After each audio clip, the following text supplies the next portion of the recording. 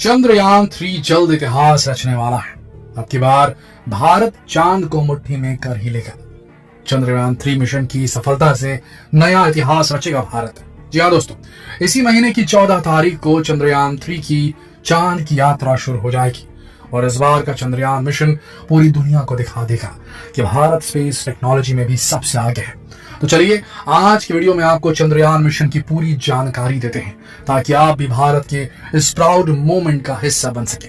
तो बस बने रहिए वीडियो के अंत तक। दोस्तों, आपको 2019 का वो शनिवार तो याद होगा जब पीएम नरेंद्र मोदी सुबह सुबह बेंगलुरु के इसरो के हेड ऑफिस पहुंच गए थे। उसी समय चंद्रयान-2 चंद्रमा की सतह पर उतरने वाला था। तभी लैंडर विक्रम से इसरो का संपर्क टूट गया था। भारत का मून मिशन चंद्रमा की सतह से 2.1 किलोमीटर दूर रह गया था और आखिरी पल में चंद्रयान-2 का 47 दिनों का सफर एक असफलता के साथ समाप्त हो गया था। उस वक्त चंद्रयान-2 के लिए सालों से मेहनत कर रहे सभी वैज्ञानिकों की आंखें नम थी। इसरो के चीफ के सिवन अपने आंसू नहीं रोक सके थे और उनकी आंखें छलक पड़ी। पीएम मोदी ने फौरन उनको गले से लगाकर दिलासा दिया था। ये बेहद ही भावुक पल था। बाद में के सिवन ने कहा था, पीएम के शब्द हौसला बढ़ाने वाले थे। उन्होंने हमें हौसला रखने को कहा और उम्मीद को जिंदा रखने के लिए प्रेरित किया। इसरो एक बार फिर चांद को छूने के ख्वाब सजाने लग गया है और अब उन सपनों के साकार होने का वक्त आ गया, क्योंकि 14 जुलाई 2023 को इसरो 2:35 में आंध्र प्रदेश के श्रीहरिकोटा स्थित सतीश धवन स्पेस सेंटर से स्पेसशिप चंद्रयान-3 लॉन्च करेगा। चंद्रयान-3 23 या 24 अगस्त को चंद्रमा की सतह पर सॉफ्ट लैंडिंग की कोशिश करेगा। चंद्रयान चांद पर जाने के लिए पूरी तरह से तैयार है। इसे कुछ दिन पहले ही लॉन्चिंग व्हीकल LVM-3 में फिट किया जा चुका है। चंद्रयान-3 का कुल बजट 651 करोड़ रुपए के आसपास है। अगर चंद्रयान-3 का लैंडर चांद पर उतरने में सफल होता है तो भारत ऐसा करने वाला चौथा देश बन जाएगा। इससे पहले अमेरिका, रूस और चीन चंद्रमा पर अपने स्पेसक्राफ्ट उतार चुके हैं।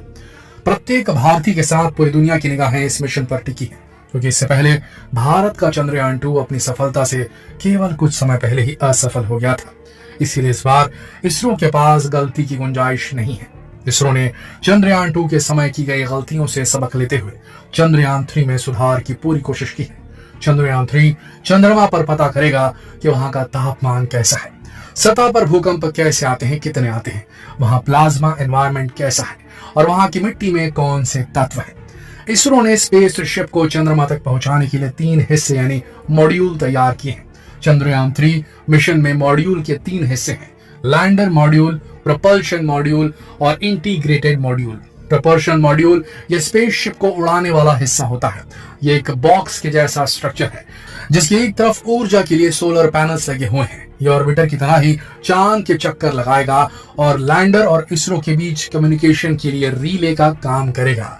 इसके ऊपर एक बड़ा सिलेंड्रिकल स्ट्रक्चर है जिसे इंटर मॉड्यूल अडाप्टर कोन कहा जाता है।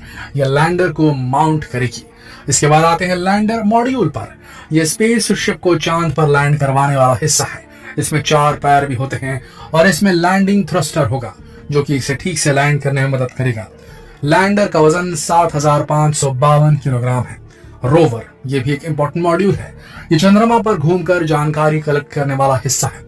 इसका वजन 26 किलोग्राम रखा गया है। इसके साइड में सोलर पैनल लगे होंगे जो कि इसे काम करने के लिए एनर्जी प्रदान करेंगे। चंद्रयान-2 में इन तीनों के अलावा एक हिस्सा और था जिसे ऑर्बिटर कहा जाता है। उसे इस बार नहीं भेजा जा रहा है।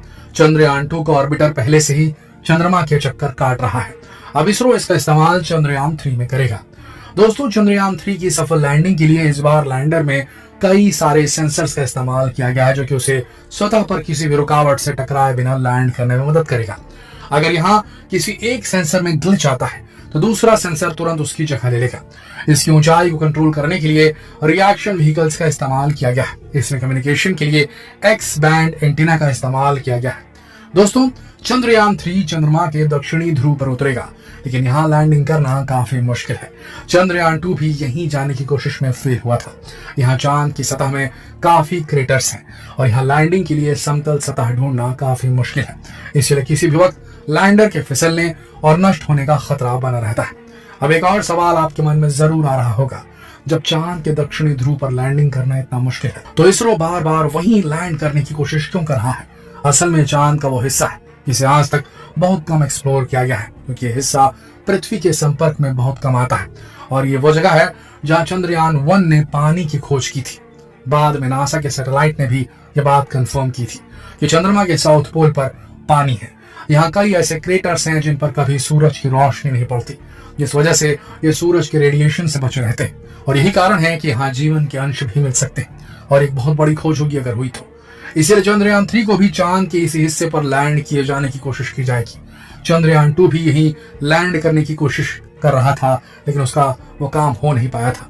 चंद्रयान 3 के लैंडर का नाम विक्रम ही होगा, जो भारतीय अंतरिक्ष कार्यक्रम के जनक विक्रम साराभाई के नाम पर रखा गया है। इसके रोवर का नाम प्रज्ञान होगा। ये रोवर बिल्कुल चंद्रयान 2 की तरह ही चांद की सतह पर उतार दिया जाएगा। ये 6 पहियों वाला एक आयताकार रोवर होगा। इसमें कई सारे नेविगेशन कैमरास होंगे, जिसमें एनर्जी के लिए सोलर पैनल और कम्युनिकेशन के लिए एंटीनास भी मौजूद होंगे।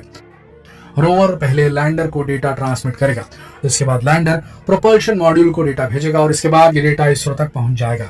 लैंडर में एक और इंस्ट्रूमेंट मौजूद है जिसका नाम है चंद्र सरफेस थर्मोफिजिकल एक्सपेरिमेंट।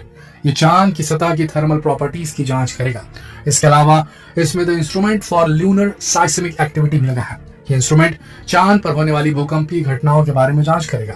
इसके साथ ही इसमें radio anatomy of moon bound hyper sensitive ionosphere in atmosphere Rambha नाम का एक ऐसा इंस्ट्रूमेंट है जो चांद के वातावरण में गैसों और प्लाज्मा की जांच करेगा।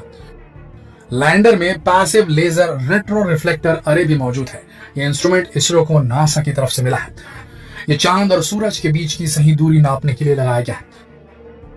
इसके अलावा लैंडिंग साइट की सतह को जांचने के लिए भी इसमें अल्फा पार्टिकल एक्सरे स्पेक्ट्रोमीटर और लेजर इंड्यूस्ड ब्रेकडाउन स्पेक्ट्रोस्कोप लगाए गए हैं। इस बार इस मिशन में एक और ऐसे इंस्ट्रूमेंट का इस्तेमाल किया गया है जो कि चांद की सतह पर रहकर पृथ्वी की जांच करेगा। इसका नाम है the spectropolarimeter of habitable planet earth. Shape नाम दिया गया इसे शॉर्ट फॉर्म में। लैंडर चांद पर एक लूनर दिन तक रहेगा। एक लूनर दिन धरती के 14 दिनों के बराबर होता है। चंद्रयान 3 के लैंडर की चांद की सतह पर लैंडिंग के लिए जरूरी है कि वहां सूरज निकला हो। लैंडर के लिए सनलाइट जरूरी है। चांद पर 14 से 15 दिन सूरज निकलता है और बाकी 14-15 दिन सूरज नहीं निकलता। दोस्तों, कुल मिलाकर चंद्रयान 3 का लक्ष्य है वो डेटा कलेक्ट करना जिससे हम चांद पर मानव बस्ती बसाने की अपनी कोशिश को एक और कदम उस तरफ बढ़ सकते हैं। ये जानकारी आपको कैसी लगी हमें कमेंट सेक्शन में जरूर बताएं, और हाँ, वीडियो को लाइक और शेयर करना बिल्कुल ना भूलें। जल्द मिलते हैं आपसे अगली वीडियो में। तब तक के लिए आप सबका इस वीडियो के अंत तक बने रहने के लिए दिल से धन्यवाद।